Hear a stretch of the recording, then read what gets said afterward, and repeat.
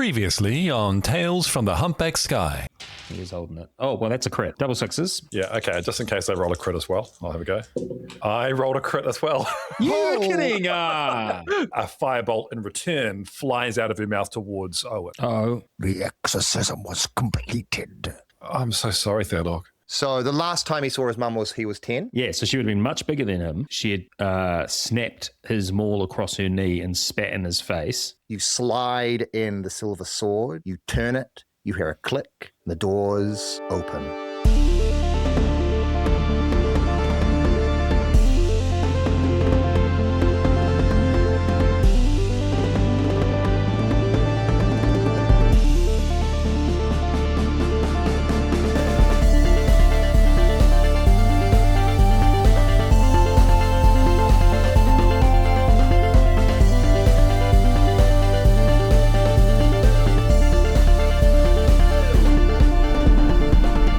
The large doors open with a hiss. There is a slight fluctuation in the airflow and current. You can feel a slight pull upon yourself, almost an involuntary outward take of breath as the air is slightly pulled from your lungs, as the atmosphere changes ever so slightly. Ahead of you is darkness, a corridor of inky black void. Alistair's eyes shine brightly, these white, high beams where his ocular probing senses are displayed begins to shine into this dark, narrow space. The corridor that leads to the command pulpit and the engine sacristy is made of overlaid plates of some kind of blackened composite material, a dark alloy. The lumen bands that would light the way are dead, and a thin, wavering haze undulates strangely. There is a heavy, pungent odor. Dukebone sniffs. That's a pyrothene leak, boys. Means no open flames. Ridge's sword isn't always on fire, right? It kind of drips with darkness, correct? It's constantly on. No, it's It's the nakedest flame you've ever seen. it's the most naked flame you've ever seen. No, it is not. It is not like a burning blade. There's no like sparks from it. It's more that it's heat, and when it strikes, it does that damage. But again, it's more of a spiritual fire. Okay. Sacred flame. Owen, Ridge comes up to you and goes, okay, firebolt, buddy. Guess we can't use our magic here. Well, I've only got one more left. What if this just is like a wham bam situation? I could blow the whole ship up now. Everybody back up. Right. Firebolt. No. I need answers.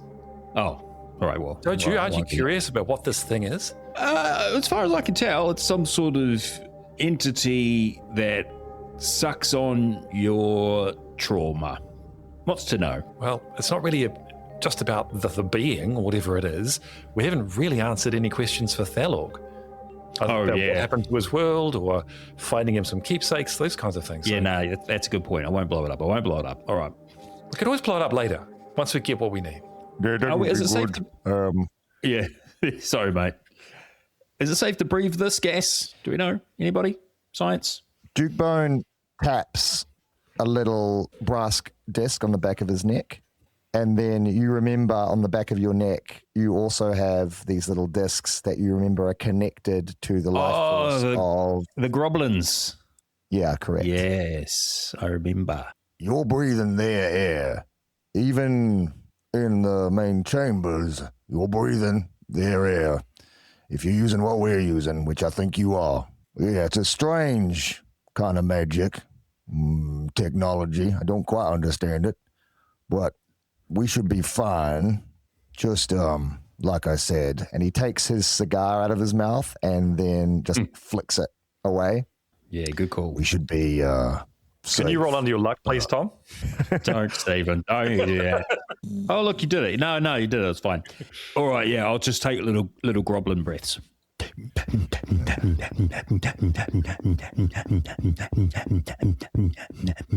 So, okay, Owen, that was good.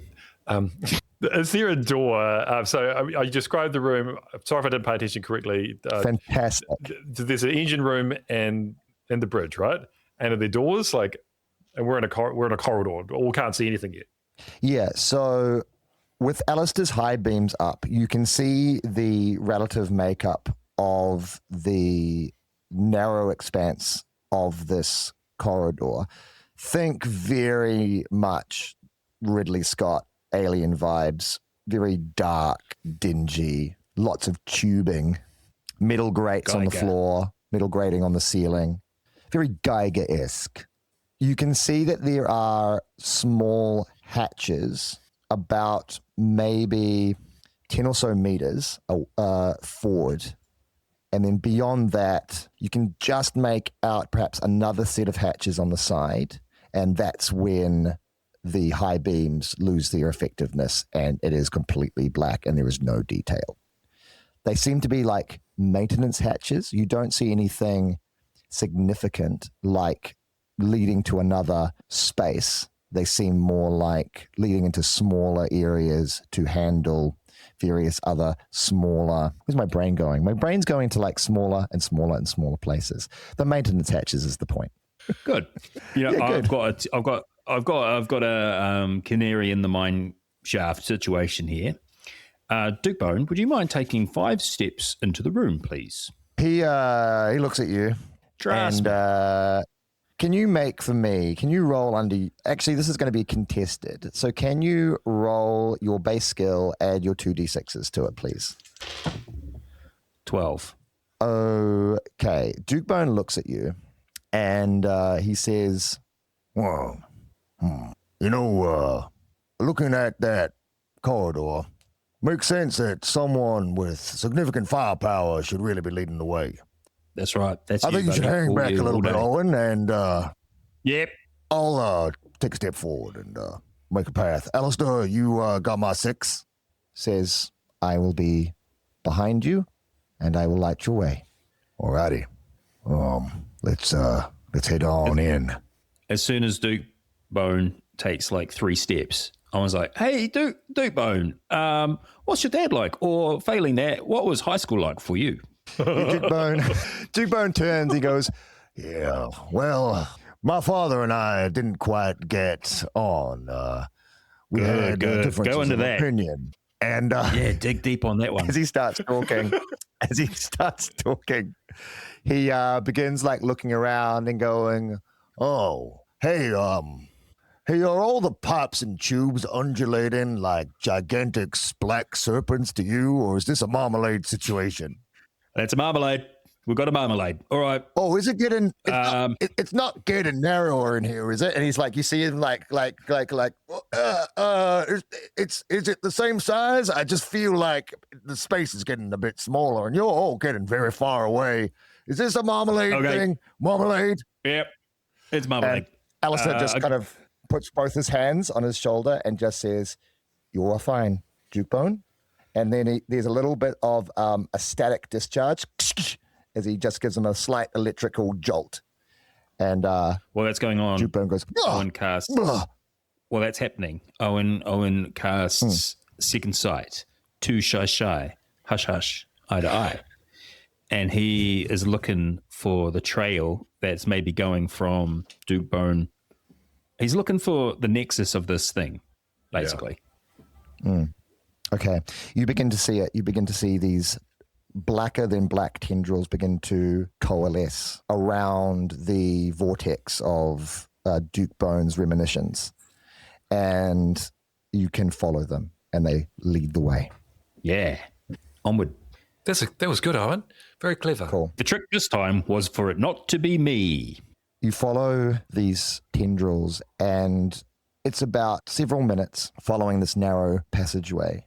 Every so often you feel this prickling on your flesh. The corridor seems to move ever so slightly, bulging or narrowing in strange ways. Strange sounds or voices seem to echo in this space. but girding yourselves, or certainly with an understanding of perhaps what is going on, you are able to hold off and keep these intrusive thoughts and feelings at bay. You come to a circular chamber. At the center of it is a cylindrical elevator type edifice.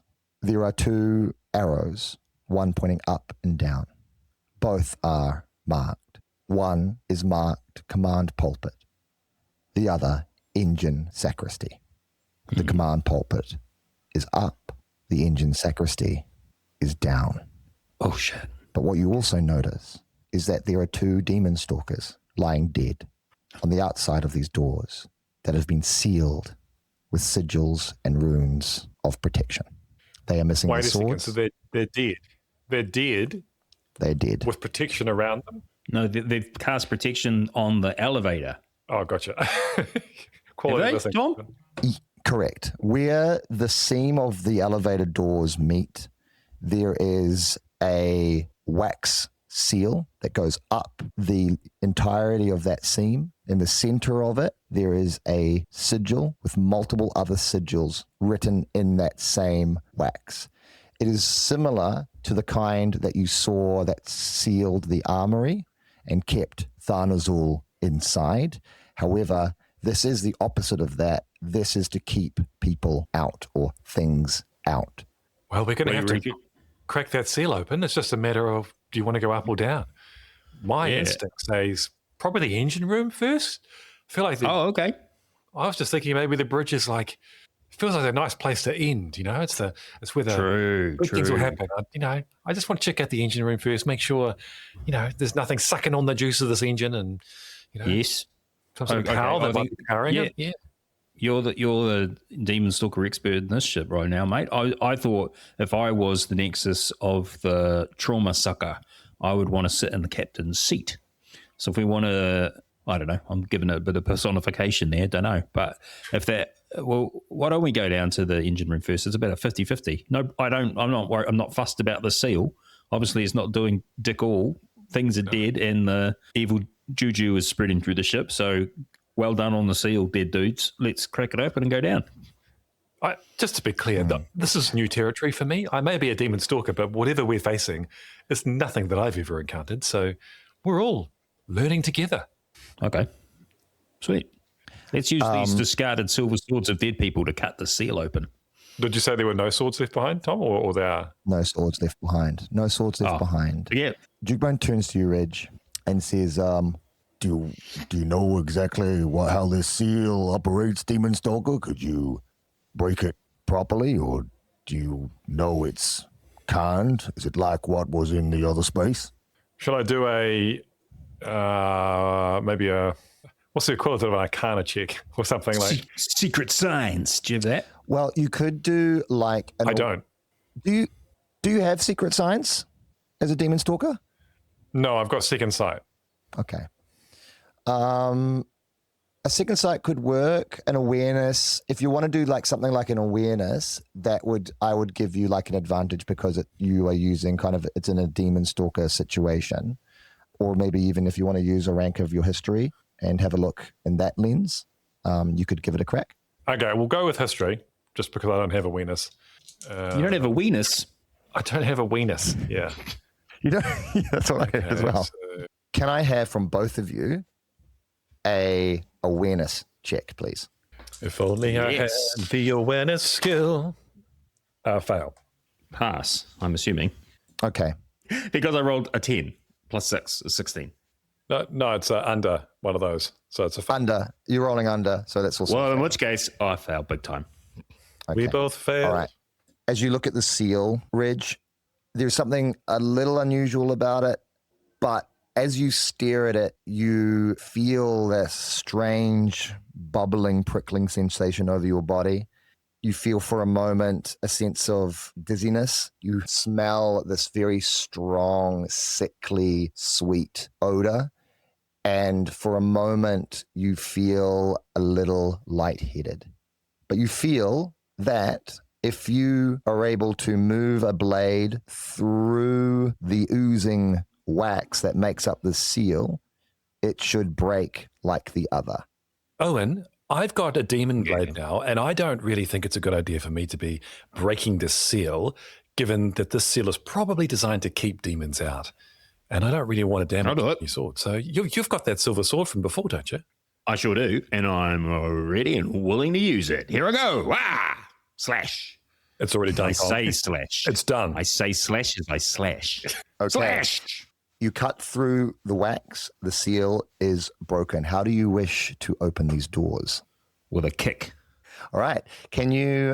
What would this be? What would a kick be? Strong Awesome. kick. Yeah, it would be awesome. Great. Roll under awesome. What's your awesome skill? 100. Great. Should be all right with 2 D6s, I reckon. I think, use your more skill for this.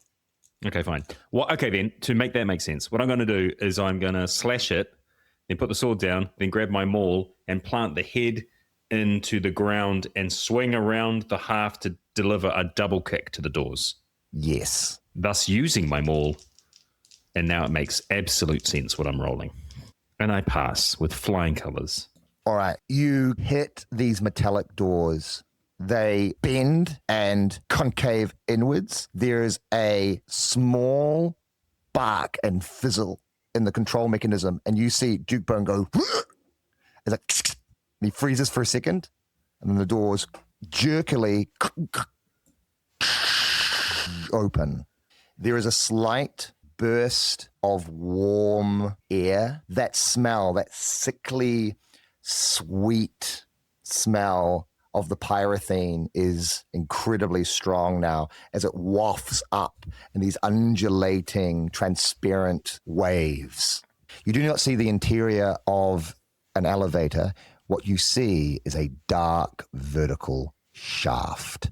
As you look, Owen, suddenly there is an untangling above you, and you see unspooling like a fleshy yo-yo, a corpse, desiccated, ruined, and dripping with gore. Its intestines are wrapped around a metallic cord as it lands and pulls itself jerkily in front of you. You see its white eyes burning within its red, raw skull as its mouth distends open, and a mouth of 1,000 snakes bursts forth as you hear these words, "You will die." Cool story, bro. Marmalade. I do nothing. Did I hear correctly? There's a vertical shaft with no elevator for us to walk onto. It's just a big hole that goes up and down. That is correct. What you see, Reg, is you see a loose hanging cable that looks to have been severed cleanly by a very strong cut. Wow, someone sabotaged this. Someone doesn't want us going up or down. I don't know how we're going to get down safely. Were we going down? We were going down, weren't we? Yeah, to the end. Yeah. So no one else sees this, obviously, this snaky guy, this whole situation. Oh, Marmalade? No. No, okay, cool. Cable. Well-cut cable there. That's what I see. Excellent. Well, that's fine then. I'll ignore that. Dukebone, you had a weird reaction to the door being kicked open. Are you all right, mate? Oh, that was Thalon's voice. Hold on. Yeah. Dukebone goes, Yeah. Well, the pyrothene. Any kind of errant spark or open flame might, catch. That is why I used my sturdy leather boots and not the metallic end of my maul. It's science, Dukebone. Look it up. Come on now. I think the mechanism obviously got overloaded when you smashed the door, but obviously we're fine. Plan. Anyway, Alistair. Yeah. and he turns to the thinking engine, and the thinking engine looks at you both and goes, yes. Within my chassis, in place of what you would call intestines, I have a spool of high tensile wire. I can anchor myself here and rappel you down if you wish. Fantastic. Open up. Show us your guts. Wait. Can't Sussy Bucker fly? You mean Grisvit's Susk? Grisvit Susk? Yes, that's what I mean. Grisvit Susk does, in fact, nod. But then he does say it. But then he kind of, his head cocks and he says, It's really more of a gentle glide. Yeah, all right. Well, what's it called when you I've lost the word when you walk backwards off a cliff holding a rope and you sort of jump Abseiling. Abseiling, yeah. Don't you want to abseil down, Owen? It'd be an epic adventure.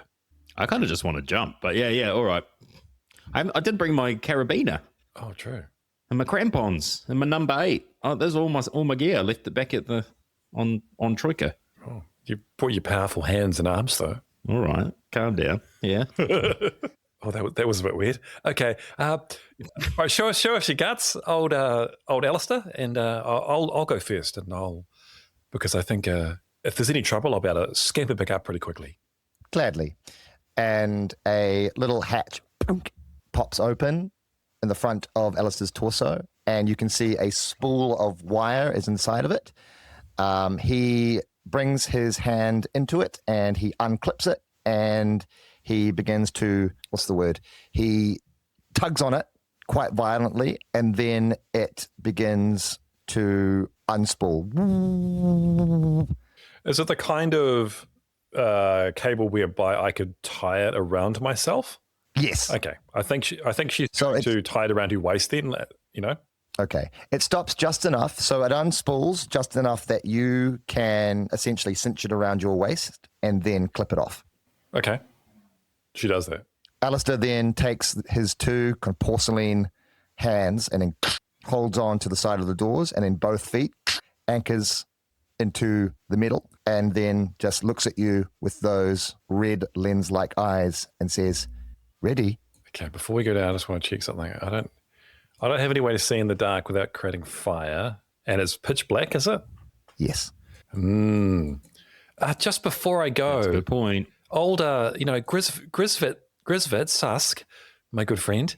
Do you have any way where you could give us some light, but without any fire though, because we don't want to blow up this gas? Grisvit contemplates the orb within their tendrils, and it begins to glow. And then Grisvit looks at you and says, Choose an item and touch my orb. I'm going back to his name being Sussy Bucker. Without really hesitating about it, she walks up and touches the sleeve of her chrome shroud against the orb. okay. As the sleeve touches it, the light of the orb diminishes slightly, and you see that your entire forearm takes on the same luminescent hue and begins to shine. It is not a bright light, but it is enough that it will give you a decent amount of light around you. Okay. Awesome. Okay. And then by the way, isn't it so cool having this wizard with the party who kind of has tools for any situation? It's awesome. We should always have a Grisvit with us. Just saying. If Grisvit could blush, they would blush. Okay. She heads off to the edge, ready to abseil, looks at you, Owen, and with a slightly cheeky grin says, "Remember, you're my best friend," and then jumps backwards. All right. Thumbs up. Thumbs up for Ridge. You jump back into this warm, hazy embrace. And although you are surrounded by the small halo of light on your forearm, the contrast of the darkness becomes far more apparent. You see the opening where Alistair is anchored himself. You see the silhouettes of your companions, which soon disappear as you rappel down into the darkness. It doesn't take long, Ridge, but long enough to impress upon you how far down the shaft goes. But soon, you find yourself standing on the wreckage of what can only be the elevator itself.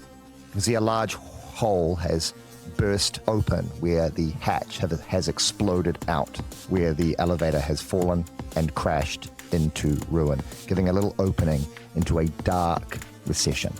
Everything around you is black, although you can see the various wires and tubes and metallic piping that create the vertical chamber that you are in.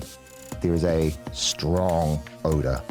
You feel a slight lightheadedness, but it is passable. But you get this wave of warmth, almost as if the air itself has taken on some kind of form to it.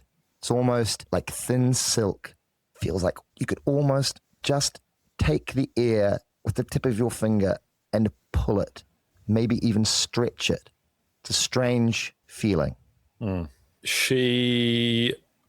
going to say that before she went down, they had an agreement on signals, and that if she she tugs on the cable twice, that means I'm down, ready for Owen. And that's what she does. And then while that is happening, she unties herself from the cable.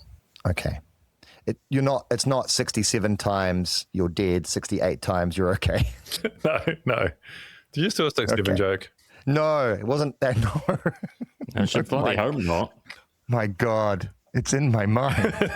No. I did not. It was more of a Simpsons reference when the episode where they have the Townshend, where Abraham Simpson's army buddies make that like deal to get that nut. The hellfish, when they call the hellfish, the fighting hellfish or something. Yeah. No, I would never make it.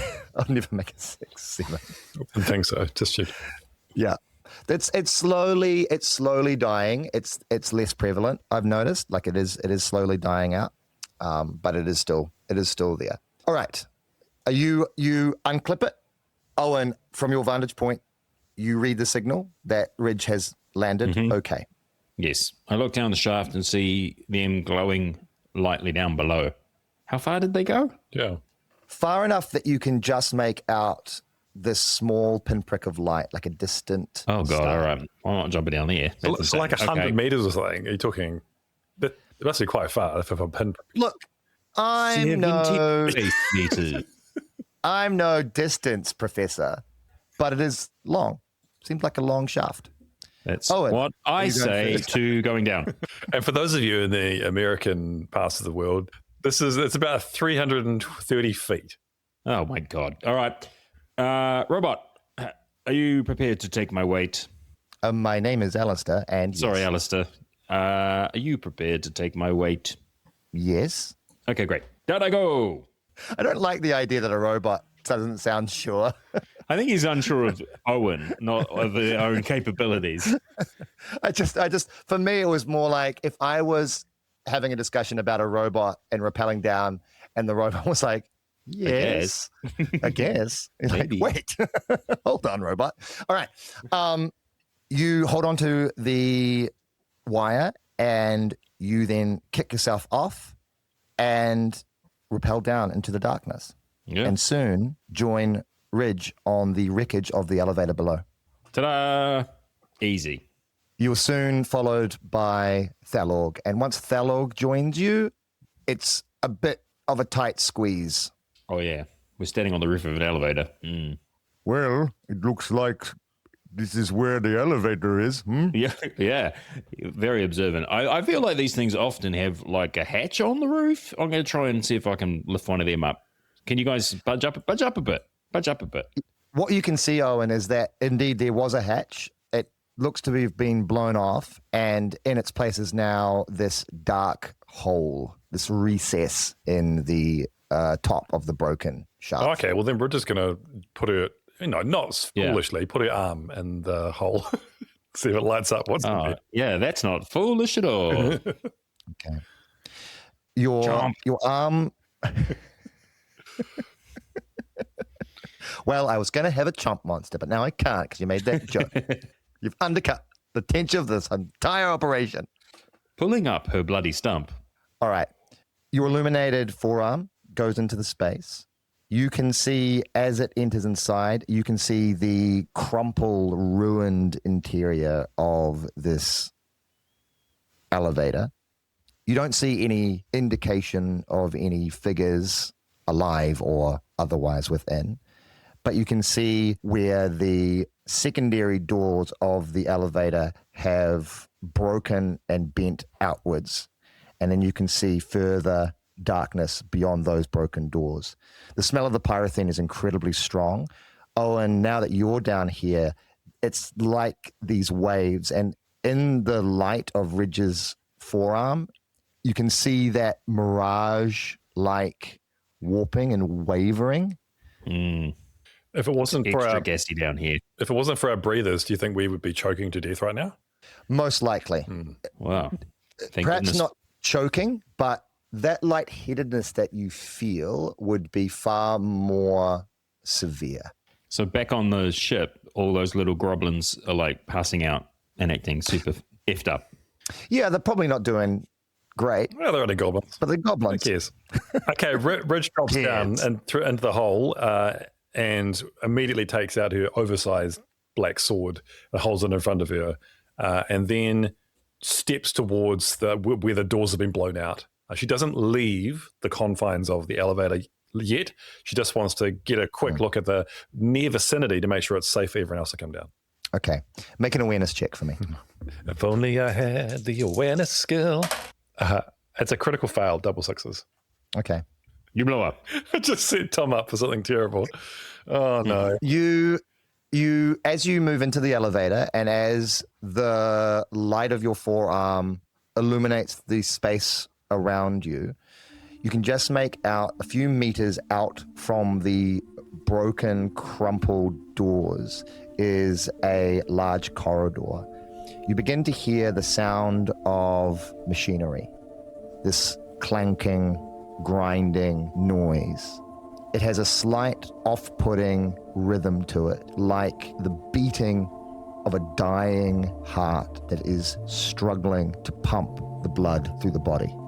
There is a metal grating that makes up the floor, and you can see a narrow corridor on either side, imprinted within the metallic surface and within what looks to be miles of tubing and ducting. You can see there has been inlaid, or perhaps better described as entombed, hundreds of skulls that dominate both sides of this hall, going down into the darkness where your light gives way. Okay, I think that's obviously pretty eerie, but nothing she hasn't seen before, and like a floating red hand in the sky. And so I think she calls out, I think it's safe to come down, everyone. There you go. Owen shouts up to the top. You lot come down one at a time. We'll be inside the elevator. Oh, they. Okay. Oh, okay. Oh, no. Are you calling up to the top of the shaft or just to Thalorg? No, to everybody else. They're all standing right beside me, Stephen. Hello. Hello, Stephen. I'm talking to you. Stephen. Thalorg's real. Quick question, Tom. Is Thalorg Goliath backwards? No. Okay. Wow, that would be crazy if it was, because it would be super unintentional. It is, isn't it? T-H-A. Goliath. But it could be. Goliath. It is backwards, and I'm also a terrible speller. So there you go. Okay. All right. Well, never mind. Never mind that then. Owen jumps down next to him. Ha ha! Oh, is these skulls? Can I see them too, or is it a marmalade situation? As you come down next to Ridge and you can see the area that is illuminated by their forearm, you can see the same. It is a connecting corridor of some kind that connects the elevator shaft to the rest of the engine sacristy. You can see the tubing, you can see the piping, and then within that you can see that festooned and entombed within it are many, many skulls. Jeez, someone's got a thing for noggins down here. Ridge, can you make a history check with advantage for me, please? Okay. Double check my history. It is 6. Okay. Yes, success. So, you know that these skulls have been placed here for a reason, a ritualistic reason. They are most likely the workers who initially built this craft and who would have perished in the ordeal of building this craft, being that it is a rather hazardous environment. And What is this, the FIFA stadium? Too soon. And because it is a rather hazardous environment and the Covenant Conclave don't really have much of an OSHA situation, they have been placed here as almost a ritualistic honoring of the dead that gave themselves to give this ship life. Okay. I don't want to play that up, but yeah, I think Ridgel sort of, as they emerge out of the lift and maybe start walking forward down the corridor, she gives them a little history lesson. Oh, man. Yeah, I'm sure that's exactly what they wanted. Spend all day breaking their backs making this thing. Instead of getting paid, they get their heads lopped off and their skulls get to hang out at work for the rest of their afterlife. Awesome. You know, the organization that created this ship and formed the Demon Stalkers and all kinds of other things isn't particularly empathetic to the people who work for them. Clearly. All right. Right, where are we going? How do we get to the thing? Thelorg squeezes his way through the broken doors, moaning a little bit and groaning as he pops out, and he looks around and he says, "Oh, this is very grim in here." Yeah. Well, do you see any of the shadow tendrils? Owen, is your magic eyes? Yeah. Good point. Let me cast some second sight and think about my mum. Go. Second sight. Yep, successful. I'm rolling under my second sight, correct? Correct.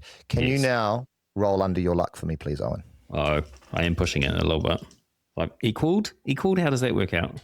That's a success. Ah, yes.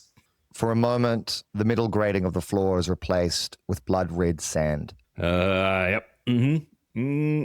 There is an acrid smell, burning and sulfuric. You see one of the many arenas built in honor of your people's brutal civilization, their very specific and unique way of life. At the center of this arena is a bubbling sulfuric pool. It boils and roils with undulating heat, and the stench reaches up into the sky. Around you, there is a gathering of peoples chanting and crying out for blood.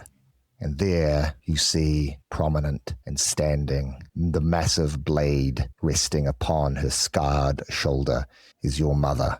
You can see her silhouette within the steaming vapors that emerge from the pool. But all you hear from her is a single word, and that is weakness. No, I'm not here. I'm strong. I'm stronger than you. I'm stronger than I've ever been. I'm the strongest I've ever been. I'm not here. I'm not here. I'm with the skulls on the ship. That's much better than this. Yep, that's where I am. Not here. Are you having a marmalade, Owen? Owen, are you having a marmalade? Yep. I'm having a big old marmalade right here. But I'm looking for tendrils. Hi, Mom. What up? Tendrils. Looking. As if a cold wind parts these steaming vapors, a opening is shown to you. You see the back of your mother as she walks away from you with disdain. But the people watching on either side, their faces turn into bleach white rictus skulls, hollowed eyes staring at you, and the confines of the space begin to solidify once more as reality takes hold. You can see this strange shadowy form move further into the darkened depths of this corridor. Okay. I just let you know, this is getting harder to shake the whammy off of. But it's this way, team. Should we wait for the other three, or should we just go? I would like to not have to do that again. You hear some clunks and some movement. You see as Grisvik's light begins to emanate, and orb first, he slides out through the broken remnants of the doors. You hear Dukebone Drung saying from inside, "How do you want to do this? Gentlemen, are you wanting to be an exploratory party and we stay here as a backup, or are we going together?" I mean, it just depends whether you're up for it. Are you brave enough to come with us, or are you wanting to stay back and let us, face the danger? I mean, honestly... So I'm thinking that we do it as an exploratory party, and all together we all go together, because we're all brave. I'm braver than you. Watch me go. And I start running.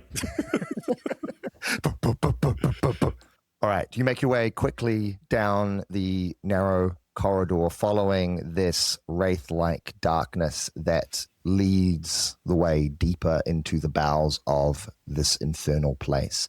The sounds of machinery get louder and louder, and soon you find yourself walking on a gangway above a massive structure. The structure is made out of blackened steel, and it almost resembles the rib cage of some long dead titan. It slowly moves and grinds up and down, up and down. It moves with this almost pendulum-like quality.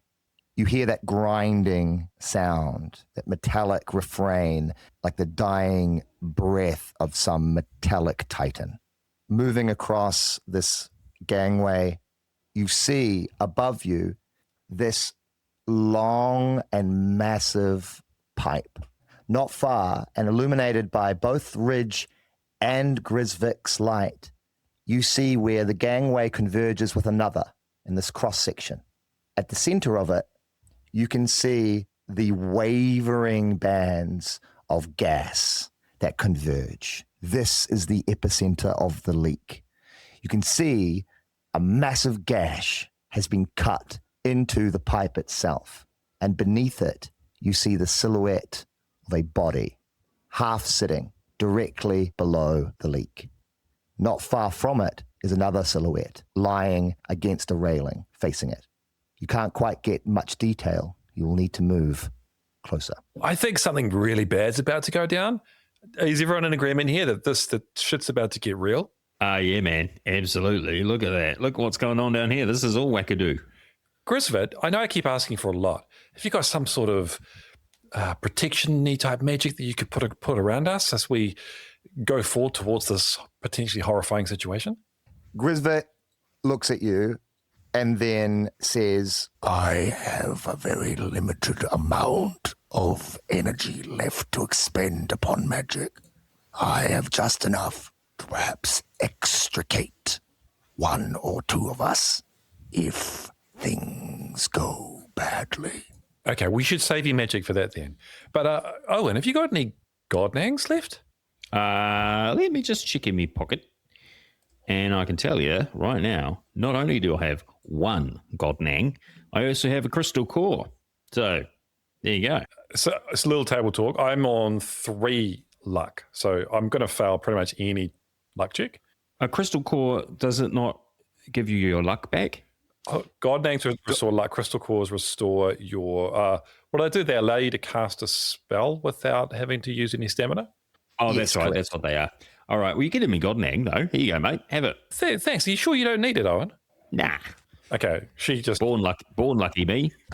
She huffs that godnang.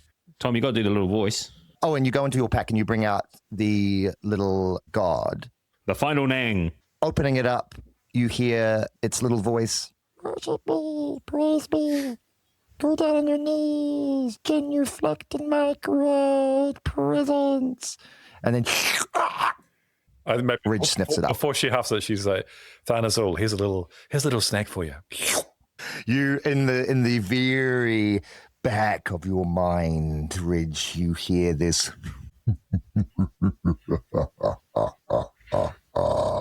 Love it. And does that gain all my luck back or a certain amount? It restores 1 luck. Really? One. Are you kidding me? These One nangs luck. ain't these nangs ain't shit. Oh my goodness. Okay. I'll take my 1 luck Yeah, then.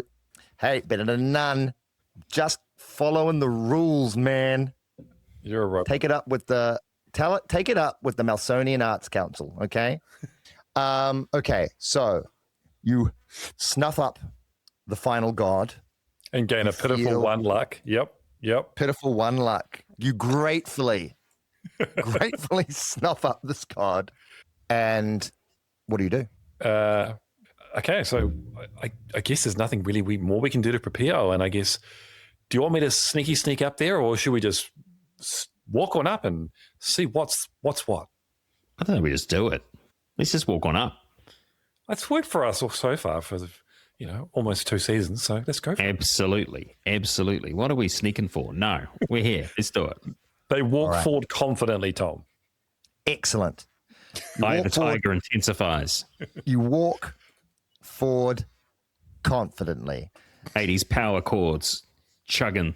The sound of this engine begins to permeate around you. You can feel the vibration, the resonance in the metallic grating that you walk upon.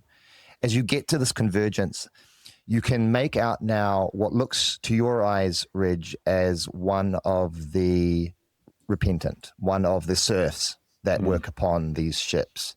They are frozen in rigor mortis. You see that their throat is cleanly cut and their neck horribly bent back, but their arm is held up aloft like a grotesque mockery of the Statue of Liberty.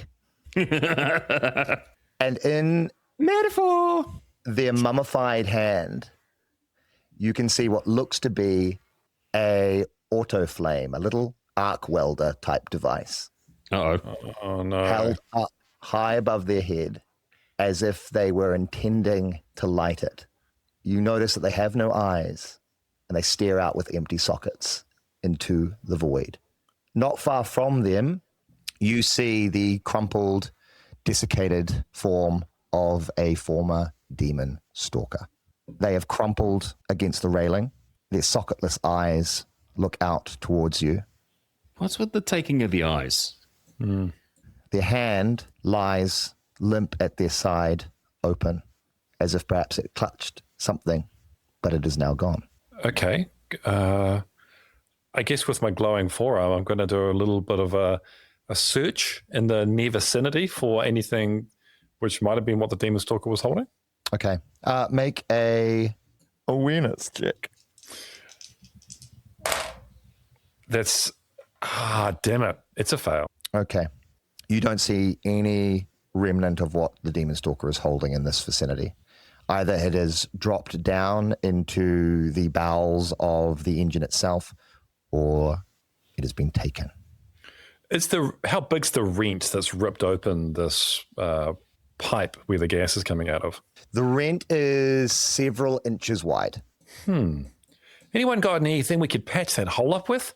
That might do the trick, actually. Just stop the gas getting out. That's messing with everything. Less gas is best gas. Yes. Dukebone rubs his blue reptilian chin in thought, and then he turns to Alistair. Alistair seems to be calculating possibilities, and then turns to you all and says, "Unfortunately, I do not have any particular item that could help in this, nor do I believe does Grisvit or Dukebone. However, if it is required of me, I can shimmy up and wrap my form around it and seal it for the moment. It will, of course, incapacitate me for the remainder of our time here, but it will seal the leak." Oh, I can't ask you to do that. No, that's not right, Alistair. No. I will not feel anything. I do not have a nervous system. Before I commit to it, do you think this is the kind of thing which I could wrap or sort of patch it up with my chrome shroud? Yeah. Okay. Are you denuding yourself? Well, I think she's got her black clothing underneath it. Does she now? I will be here nude. Yeah, okay. Okay, if no one else has got anything, it'll make me a little bit more fragile, but I think it's worth it to block this up. The chrome shroud I'm wearing is completely airtight, and she begins slipping out of it. And I think if I just wrap it around here, tie it tightly, no glue or anything, no, I think it'll be okay. At least it will stop the gas floating out. So there we go. She's done it. All right. Alistair gives you a hand and helps you. And after a few moments, it is affixed to the pipe and it is working. Great. You can still smell it. The gas has clearly been leaking for a very long time. So it has filled the space, but it is now patched and will no longer continue to leak. And hopefully will slowly allow whatever filtration system still is active in this ship to expel the vapor and the gas. Owen wants to check that the arc lighter welder thingy is safely not being used by anyone, and maybe turn it off somehow, make it unable to be used. You slowly open up the rictus clutches of this long dead thing and take out the device. Just don't trust it. What do you do with it? Swallow it. Great. Excellent. Is that something I can do? Maybe. I don't know. Do you want to? Do you want to? Do you want really? Do you want to swallow a welding device? No, I don't. I don't want to do that, Tom. And you're right to ask. What I want to do is find a shadowy corner to put it in. No, I'm going to hide it under the skulls. I'm just going to put it in there. Okay, there's no skulls here, unfortunately. Why are there skulls everywhere? Well, yes, in the corridor that you are currently in, yes, there were skulls. Where you are now, there are no skulls. Oh, I thought they would stick with a theme. All right, fine. I look around and go, what am I going to do with this? Something's going to happen and someone's going to pick this up and do something dumb with it. I'll stick it in my belt with all my other things. Keep it on my person. Okay, all right. You stick it within the confines of your metallic skull belt. Mm-hmm. And then... right next to my coconut crispy biscuits and my dream journal. You hear a strange metallic noise that is different from the reverberations around you. It's more of a brighter noise, like a ding, ding, ding, ding, ding. And it's getting closer. Oh, what's that? You write that one? No, I can hear a little sound getting closer. It reminds me, I must say, a little bit of those weird crystal crab spider thingies that came out of the mirror dimensions. So I never got to fight one of those. It'd be quite exciting if I did see one now. No, listen, mate, you do not want to. You do not want to. Ask Kennick when you see him next what they're like, because I tell you what, bloody awful. So prep your butts, team. Something's coming. You hear it too, Ridge.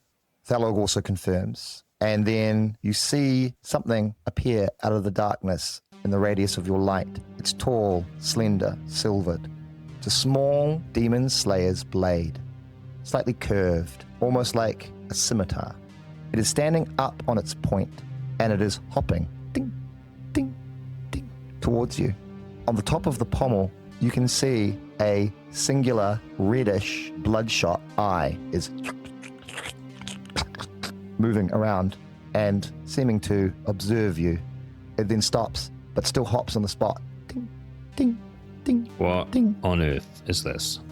Then turns around and goes back where it came, beginning to disappear back into the darkness. Ding, ding, ding. Do we want to follow it? Am I sensing anything demonic here? Can I do a check? Demon check? What is that? What would you like to do? What skill would you like to use?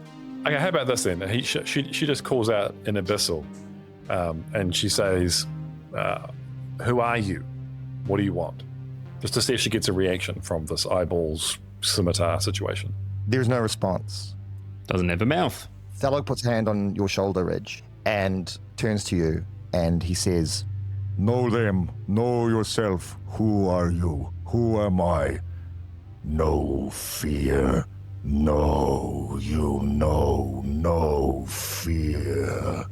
To you, Owen, Thalog goes, That looks like one of your weird stalker swords, Ridge, with an eye on it. What the fuck? Yeah. Are you having a marmalade, Thalog? What are you talking about? What are you trying to say? No, you're having a marmalade. I'm not having a marmalade. Was I having a marmalade? I'm having a marmalade. No. You're having a marmalade. You're having a marmalade, Ridge. Thalog's not having a marmalade. You're having a marmalade. Okay, I'm having a marmalade. Fine. Yes. It So was a ignore very whatever subtle you're doing. marmalade. The Very sword subtle. was real. The sword with an eye on it. I'm assuming everyone saw that. Is that what you saw, Thalog? Yes. Okay, good. The others nod. Yeah. So that went that way. So I think we should go that way. Is it still in sight? It has disappeared out of sight, but you can just faintly hear the ding. Okay, she chases after it with her enormous black sword out in front of her. Oh, Christ. Okay, Oh, yeah. right. I'm following you. Let's go. Sword out. Team, behind you.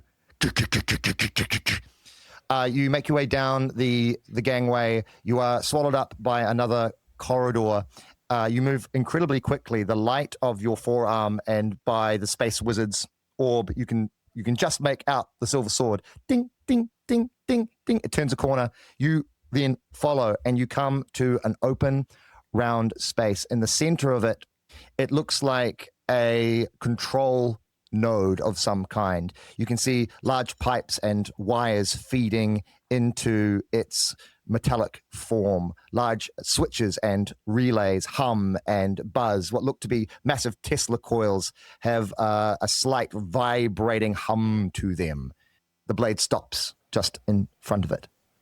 Ding, ding. And then it jumps up. You look above and you see that it has joined itself to a central sphere of rotating bloodshot eyes. Connected to these eyes are many silver blades, all connected to each other like giant spider-like appendages. And this grotesque thing of eyes and silver blades looks down upon you and begins to move.